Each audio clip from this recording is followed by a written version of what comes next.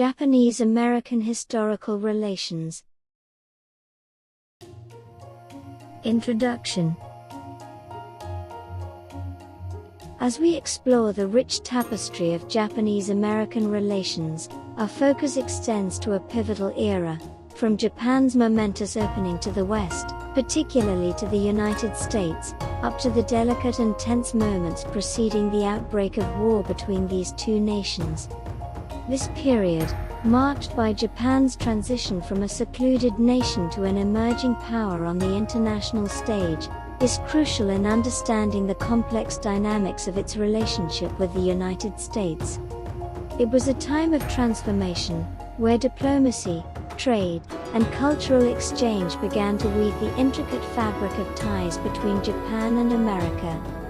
We will witness the evolution of this relationship, characterized by mutual curiosity, strategic alliances, and sometimes stark differences in approach and understanding. This era encompasses the signing of groundbreaking treaties, the exchange of ideas and culture, and the inevitable conflicts of interest that precede any great conflict. Through this narrative, we aim to shed light on how these two countries navigated their early interactions, laying the groundwork for their future relations. This story is not just about diplomatic maneuvers and political strategies, it's about the human experiences and cultural exchanges that shaped the unique bond between Japan and the United States before the war. So, let us step back in time to this critical juncture in history, to better grasp the roots of the intricate relationship that continues to play a significant role in our contemporary world. Before Perry's arrival, the diplomatic relations between Japan and the United States officially began with the signing of the Japan-US Treaty of Peace and Amity in 1854. However, there were interactions between the two countries even before that. In 1791, American adventurer and merchant John Kendrick arrived at Kiyoshima Island with 2 ships and stayed for 11 days. He was the first American to visit Japan and sought to trade in raw hides but was refused. Today, in Kushimoto Town, Wakayama Prefecture, on Kiyoshima Island, there is a Japan-US Treaty of Peace and Amity Memorial Museum commemorating this event. Many American ships, under contract with the Dutch East India Company, set sail from Ceylon to Japan in 1797. Despite the dissolution of the Dutch East India Company in 1799, Japan-US trade continued until 1808. This trade was unique, considering Japan's relationship with the Dutch trading post. When American ships entered Nagasaki, they were requested by the now employerless Dutch trading post to fly the flag of the defunct Dutch Republic, Netherlands Federal Republic, and disguise themselves as Dutch ships. The following American ships directed towards Japan are noted. In 1797, the American ship Eliza, captained by William Robert Stewart, engaged in trade at Nagasaki. In 1798, the Eliza, again under Captain Stewart, traded at Nagasaki. In 1799, the Franklin, captained by James Devereux, traded at Nagasaki. In 1800, the Massachusetts, captained by William V. Hutchings, and the Emperor of Japan, again under Captain Stewart, traded at Nagasaki. In 1801, the Margaret, captained by Michelle Gardner Darby, traded at Nagasaki. In 1802, the Samuel Smith, captained by George Stiles, traded at Nagasaki. In 1803, the Rebecca, captained by James McNeill, and the Nagasaki, again under Captain Stewart, traded at Nagasaki. In 1806, the America, captained by Henry Leela, traded at Nagasaki. In 1807, the Eclipse, captained by Joseph O'Kane, engaged in interactions at Nagasaki, and the Mount Vernon, captained by John Davidson, traded at Macau. In 1809, the Rebecca, again under Captain McNeill, traded at Macau. In 1830, Nathaniel Savery landed and settled on Father Island of the Ogasawara Islands, which were uninhabited but claimed by Japan. In 1832, President Andrew Jackson sent Edmund Roberts as a special envoy to Asia, instructing him to gather detailed information about Japan and, if possible, present his credentials for formal negotiations. In 1835, Roberts was again dispatched to Asia for negotiations with China and Japan, leading to the formation of the East India Squadron. However, he died in China before completing his mission. In 1837, Charles W. King, an American merchant residing in Guangzhou, sailed to Uraga on the merchant ship Morrison to return shipwrecked Japanese sailors. However, the Japanese fired upon the ship under their national policy of repelling foreign vessels, the Morrison Incident. This incident intensified criticism of Japan's exclusionary policies. In 1845, the whaling ship Manhattan, captained by Mercator Cooper, rescued 22 Japanese castaways and was allowed to enter Uraga, where Cooper met with the Uraga magistrate and stayed for 4 days. Cooper was thanked by the shogunate and received ample firewood, food, and various gifts before departing. In 1846, James Biddle, commander of the American East India Squadron, arrived at Uraga seeking trade but was refused. Biddle was instructed to negotiate patiently and without inciting hostility or distrust towards the United States, and he departed after a few days. In 1848, an American whaling ship was stranded, or possibly deserted, in western Izo, now Hokkaido. The shogunate transported the crew to Nagasaki. In 1849, under the orders of East India Squadron Commander David Geisinger, the USS Preble, captained by James Glynn, arrived at Nagasaki. The Preble took on board the crew of the previously stranded whaling ship and Ranald MacDonald, who had entered Japan illegally, and then departed. Also in 1849, 3 American whalers landed on Sakhalin Island. In 1851, Tosa fishermen, including Monjiro Nakahama, were sent by an American ship to Ryukyu, Okinawa. Japanese-American historical relations, the final years of the Tokugawa shogunate. The Japan-US Treaty of Peace and Amity. In 1853, Commodore Matthew Perry, commander of the U.S. East India Squadron, arrived at Uraga, Japan, with 4 warships on behalf of President Fillmore of the United States. This event, known as the arrival of the Black Ships, marked a significant turning point. Perry delivered a letter from the president, and the Tokugawa shogunate, after receiving it, decided to respond the following year. Perry then temporarily withdrew to Ryukyu. The shogunate's response to this unprecedented visit included consulting the imperial court and various feudal lords, a rare occurrence in matters of foreign diplomacy at that time. This demonstrated the shogunate's dilemma, though the visit was not entirely unexpected as the Dutch head of the trading post had forewarned of Perry's arrival in 1852. Perry's arrival sparked a wave of satirical poems, reflecting the disruption of Japan's long-standing isolation. During the period in question, Japan was under the rule of the Tokugawa shogunate, a feudal military government.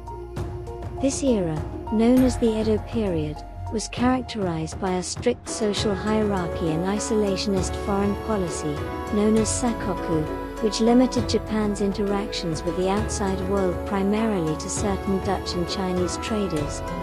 The reference to the unprecedented visit likely pertains to an encounter with a foreign power, possibly Western, that was significant enough to prompt the shogunate to seek counsel beyond its usual channels.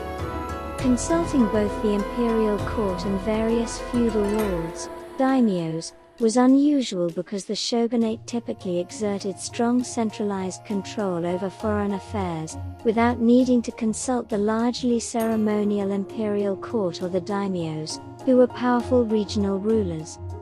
This event signifies a moment when the traditional isolationist stance of Japan was being challenged, leading to a rare collaborative approach in decision-making at a national level. This would have been a significant departure from the norm, indicating the gravity and novelty of the situation faced by the shogunate. In January 1854, Perry returned with 7 warships, anchoring off Kanagawa. Negotiations with Japanese officials, including Hayashi Akira, commenced on February 10. The shogunate agreed to provide aid for shipwrecked sailors and supplies for American ships, while expressing difficulty in opening trade immediately. On March 3, the Japan-US Treaty of Peace and Amity, the Kanagawa Treaty, was signed, opening the ports of Shimoda and Hakodate to American vessels, formally ratified in Shimoda in 1855.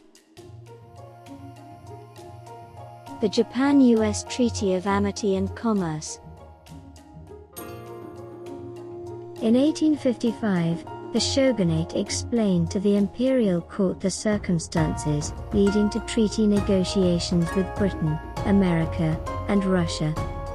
In 1855, when the shogunate began negotiations with Western powers like Britain, America, and Russia, it marked a significant departure from the Sakoku policy. This was due to Western pressure and the realization that Japan needed to engage with the world to maintain sovereignty and modernize. The shogunate's decision to consult the imperial court about these negotiations was exceptional. Typically, the shogunate would make such decisions independently. However, the gravity and unprecedented nature of opening Japan to Western powers warranted broader consultation. Involving the imperial court in this decision was a way of acknowledging the emperor's symbolic authority and seeking a form of national consensus, even though the court had little real political power. This event was a precursor to the Meiji Restoration, 1868, a period of rapid modernization and westernization in Japan. The Restoration eventually led to the restoration of imperial rule and the end of the shogunate system, marking a significant transition in Japanese history. For a Western audience, this can be compared to the relationship between a constitutional monarchy, where a monarch, like the emperor, has a symbolic or ceremonial role, and a government, like the shogunate, that exercises actual political power. The decision to consult the imperial court in 1855 symbolized the beginning of a shift in this dynamic, reflecting the changing political landscape of Japan in response to external pressures and internal transformations. Following the previous treaty's framework, the U.S. sent its first consul general to Japan, Townsend Harris, to Shimoda in October 1856. Harris requested free trade and an agreement on currency exchange rates. The following year, on May 26, the Shimoda Treaty, Japan-US Treaty, was concluded. Despite opposition from various feudal lords, Harris was allowed to present a letter from President Pierce to the shogun in Edo on October 21. The shogunate consulted the feudal lords again after presenting them with a copy of the letter and Harris's speech. On December 2, the shogunate granted permission for trade and for a U.S. diplomatic residence in Edo. Negotiations for the Japan-US Treaty of Amity and Commerce began on December 11 between Harris and the shogunate's representatives, Inoki Wanao and Iwasaki Tadashige.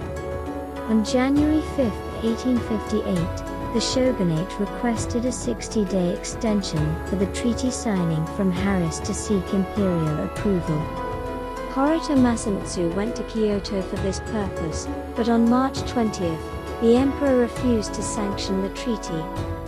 The shogunate again consulted the feudal lords, leading to the signing of the Japan-US Treaty of Amity and Commerce and the trade regulations with Harris aboard the USS Powhatan on June 19, 1858. This treaty was the first of the Ansei treaties with Western powers. On December 30th, the shogunate received the emperor's reluctant acknowledgement of the treaty. In 1860, 2 Japanese delegations landed in the United States. On January 18th, the Kanrin Maru, led by special envoys and officials including Nimi Masaoki, Muragaki Norimasa, and Oguri Tadamosa, set sail. They met with President Buchanan on March 28, 1860, the leap month of Manan I, following a calendar change, to ratify the treaty. Prior to this, on January 13th, the Kanrin Maru, with Naval Commissioner Kimura Yoshitoke and Naval Instructor Katsu Keishu aboard, departed for the U.S., arriving in San Francisco on February 26. Japanese-American historical relations, pre-war period. The Iwakura Mission. After the signing and ratification of the Japan-US Treaty of Amity and Commerce, despite some conflicts like the Choshu Domain skirmishes with the Shikoku Squadron, including America, diplomatic relations between Japan and the US became less active. This was due to 2 main reasons. 1. The American Civil War, 1861 to 1865. 2. Japan's Meiji Restoration, 1868. Once these periods passed and the Meiji government was established, Japan began efforts to abolish the unequal treaties. The first major step was the Iwakura Mission. Led by Iwakura Tomomi as the ambassador plenipotentiary, with Kido Takayoshi, Okubo Toshimichi, Ito Hirobumi, and Yamaguchi Naoshi as vice ambassadors, the mission included numerous officials and students. On March 4, 1872, Iwakura met with U.S. President Grant. Treaty revision issue. In 1878, Japan and the US signed and ratified an agreement to revise the Japan-US Treaty, acknowledging Japan's tariff autonomy, but it was never implemented. In 1886, Foreign Minister Ino Kaoru held the first treaty revision conference with foreign ministers, but it was unsuccessful. In 1899, the Japan-US Treaty of Commerce and Navigation was concluded, abolishing extraterritoriality. In 1911, Japan regained tariff autonomy through the revised Japan-US Treaty of Commerce and Navigation, successfully abolishing the unequal treaties. Russo-Japanese War and Peace negotiations. The Russo-Japanese War broke out in 1904. Japan won the battles of Liaoyang, Mukden, and the naval battle of Tsushima. However, nearing the limits of its national power, Japan sought U.S. President Theodore Roosevelt's friendly mediation for peace with Russia. Responding, Roosevelt suggested peace to both countries on June 9, 1905, leading to a ceasefire. The Portsmouth Peace Treaty was subsequently signed in New Hampshire. The treaty, lacking indemnity, dissatisfied many Japanese citizens, leading to riots like the Hibiya incendiary incident. Regarding the South Manchuria Railway, initially promised for joint management with Edward Henry Harriman, Katsura-Harriman Agreement, it was later decided to be managed solely by Japan due to opposition from Foreign Minister Komura Jutaro. In 1909, the US proposed a railway neutralization plan, which Japan and Russia formally opposed in January 1910. Roosevelt's expectations of expanding American influence in China were thwarted, strengthening his anti-Japanese stance. Rising Yellow Peril rhetoric in the U.S. further strained relations, eventually contributing to the onset of the Pacific War. With the rapid deterioration of Japanese-American relations, Britain, having just strengthened its alliance with Japan, began to fear being drawn into a Japanese-American war. In October 1908, the U.S. Great White Fleet visited Japan. In November, the Taft-Katsura Agreement was signed, mutually recognizing Japanese control over Manchuria and Korea and American control over the Philippines and Hawaii. World War I to the Washington System. In 1914, Japan declared war on Germany, World War I, under the Anglo-Japanese alliance. The following year, Japan presented the 21 demands to China, to which U.S. Secretary of State Bryan handed a memorandum of partial disagreement. In 1918, the U.S. proposed joint military action in Vladivostok to rescue the Czechoslovak legion stranded due to the Russian Revolution. However, communication between Japan and the U.S. was poor, and in November, Japan received a protest from the U.S. over its military presence and occupation of the Siberian Railway. In 1919, the Paris Peace Conference was held, based on President Wilson's principles, with Japanese representatives including Senji Kinmochi and Makinori Nobuaki. In February, Japan's proposal for racial equality was supported by a majority but vetoed by Wilson, who suddenly adopted unanimous consent for adoption. In May, Japan was acknowledged to inherit German rights in Shandong and was assigned as the mandatory power of the former German territories north of the equator in the Pacific. The U.S., viewing Japan as a potential adversary, opposed Japanese rights in Shandong, and the U.S. Senate rejected ratification of the Treaty of Versailles. This led to the U.S. strategy to dismantle the Anglo-Japanese alliance. In the following year, China loans were successfully negotiated by Japan, Britain, the U.S., and France. The Washington Conference in 1921 was attended by 9 countries, including Japan and the U.S., resulting in the 4-power and 9-power treaties. Consequently, the Anglo-Japanese alliance was dissolved in 1923. On July 1, 1924, the U.S. enacted the Immigration Act, which included the exclusion of Japanese immigrants. This sparked growing anti-American sentiments in Japan. Great Depression to World War II.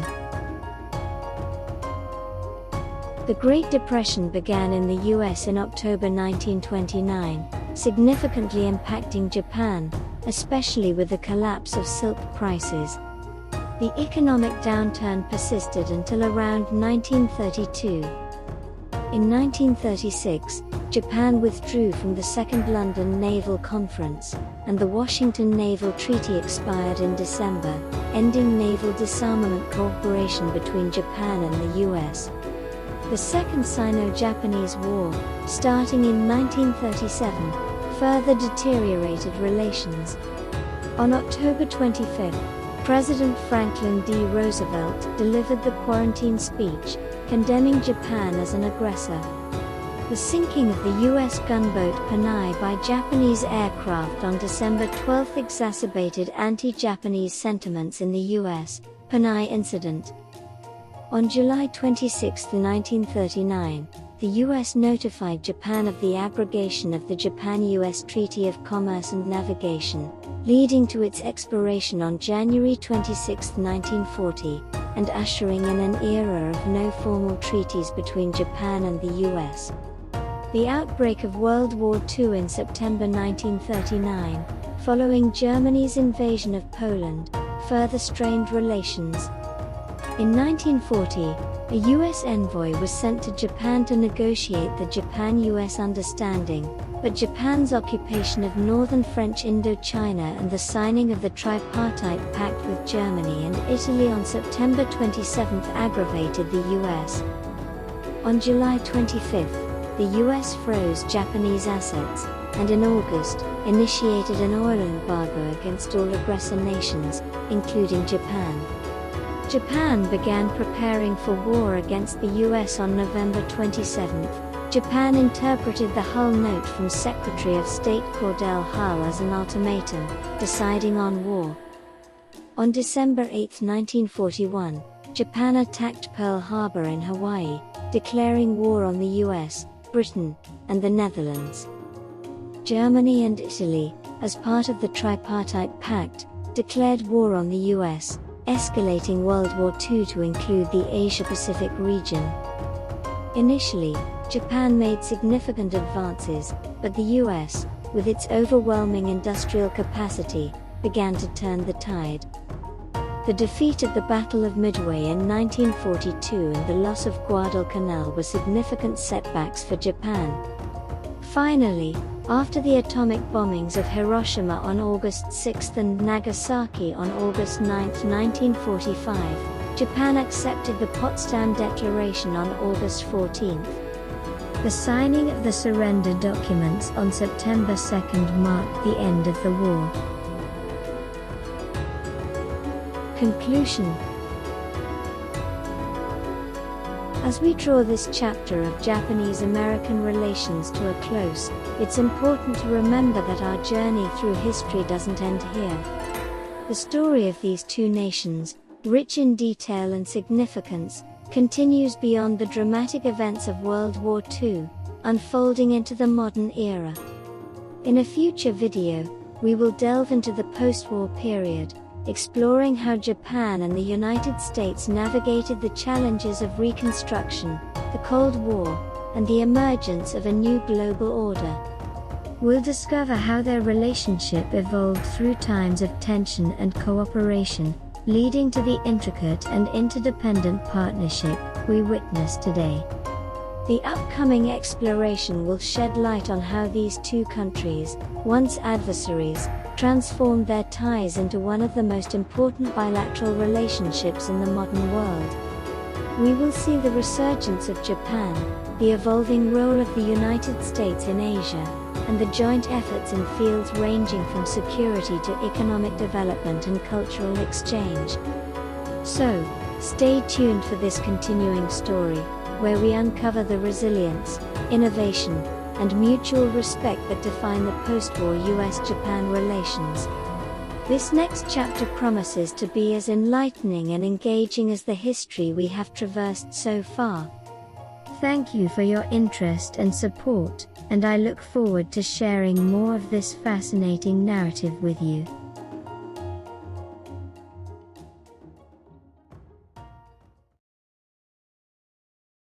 That's it for today's video.